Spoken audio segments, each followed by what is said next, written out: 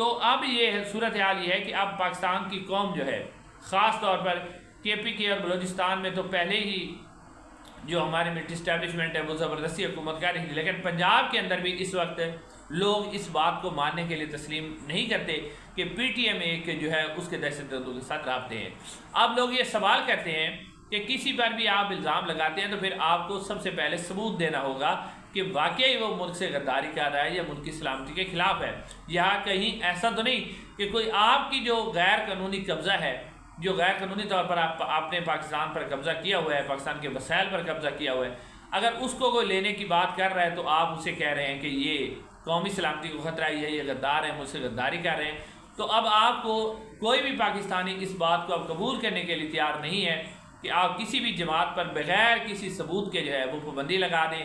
اور اس کے اوپر فائرنگ کریں اور ان کے لوگ کو قتل کریں، شہید کریں، اس سے پہلے ان کے لوگ کو اٹھائیں۔ یہ پاکستان کے آئین اور قانون کی بھی خلاف ورزی ہے کہ کسی بھی جماعت کے اوپر اس طرح کا کریک ڈاؤن کرنا۔ اور ایک جرگہ جو بلایا جا رہا تھا، اور یہ وہ لوگ ہیں جو دہشت گردوں کے خلاف اس طرح کی یعنی جو تنظیمیں بنائی جاتی تھی ان کو بھی ان کی بھی مخالفت کرتے رہے ہیں۔ اب باقی آ گئی تھی نعروں کی بات۔ نعرے تو مسلم نون نے بھی لگائے تھے، مریم نواز صاحبہ نے بھی لگائے تھے کہ یہ جو دہشت گردی ہے اس کے پیچھے وردی ہے، تو پھر مریم نواز صاحبہ کے ساتھ بھی وہی سلوک ہونا چاہیے تھا جو آج پی ٹی ایم کے ساتھ ہو رہا ہے۔ چلو نعرے انہوں نے کوئی لگا دیے ہوں گے، وہ الگ بات ہے،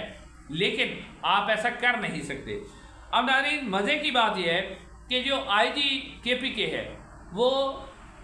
اس وقت کس کے احکامات لے رہا ہے، یعنی وزیر اعلیٰ تو خیبر پختونخوا کے علی امین گنڈاپور صاحب ہیں۔ علی امین گنڈاپور صاحب نے بڑا ایک اہم اقدام لیا ہے اب اس کو کنٹرول کرنے کے لیے، لیکن دراصل یہ جو سازش کی جا رہی ہے پاکستان کی ملٹری اسٹیبلشمنٹ کی طرف سے، جن کے اوپر جو حملہ کیا گیا ہے،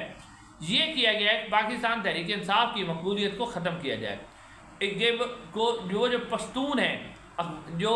پٹھان ہیں زیادہ تر، وہ کیونکہ اس موومنٹ کے اندر شامل ہیں، اور پاکستان تحریک انصاف ویسے تو پورے پاکستان کی جماعت ہے، پنجاب کے اندر بھی اس وقت پاکستان تحریک انصاف کی مقبولیت 90% ہے، لیکن کہا جاتا ہے کہ خیبر پختونخوا کے اندر عمران خان کی سپورٹ بہت زیادہ ہے، اس لیے وہاں دھاندلی بھی نہیں نہ کی گئی۔ اس حوالے سے دھاندلی کرنے کی کوشش کی تھی، انہیں پتا تھا لوگ نکل آئیں گے بندوقیں لے کر،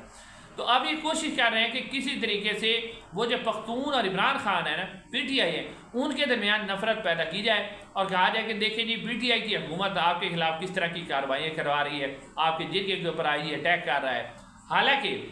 سب کو پتہ ہے کہ آئی جی جو ہوتا ہے وہ وزیر اعلیٰ کے پی کے یا چیف سیکرٹری جو ہوتا ہے اس کو وزیر اعلیٰ نہ تو ہٹا سکتا ہے نہ لگا سکتا ہے۔ یہ وہی نگران حکومت کے دوران لگایا گیا آئی جی ہے جو کہ پاکستان کی ملٹری اسٹیبلشمنٹ نے اپنی مرضی سے لگایا ہوا ہے، چیف سیکرٹری بھی اپنی مرضی کا ہی لگایا ہوا ہے، اور چیف سیکرٹری نے بغیر وزیر اعلیٰ سے پوچھے ہوئے ایک سرکولر جاری کر دیا تھا جس کے اندر اس نے کہا تھا کہ کوئی بھی سرکاری ملازم جو ہے اس جرگے کے اندر شامل نہیں ہو سکتا، اور آئی جی بھی جو ہے وہ ڈائریکٹ ملٹری اسٹیبلشمنٹ سے احکامات لے کر وہ جرگے کے اوپر حملہ کر رہا ہے۔ علی امین گنڈاپور صاحب نے وزیر اعظم پاکستان کو کافی دفعہ یہ ایڈوائز کی تھی کہ چیف سیکرٹری اور آئی جی کو تبدیل کیا جائے، لیکن انہوں نے تبدیل نہیں کیا۔ ویسے تو پولیس جو ہے وہ صوبے کے انڈر ہوتی ہے، لیکن آئی جی جو ہے اس کو وفاق کنٹرول کرتا ہے۔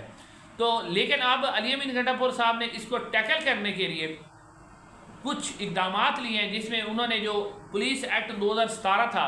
اس کے اندر ترمیم کی ہے۔ 2017 کا جو پولیس ایکٹ تھا اس کے اندر تمام اختیارات آئی جی کے پاس تھے کہ posting, transfer, S P, D S P, D P Os, ان کے تبادلے وہ کرتا تھا۔ اب اس کے اندر تبدیل کر کے پوسٹنگ اور ٹرانسفر کا اختیار جو ہے وزیر اعلیٰ کو دے دیا گیا ہے، یعنی اب وزیر اعلیٰ جو ہے S P, D P Os, S H Os کے ٹرانسفر وہ کر سکیں گے۔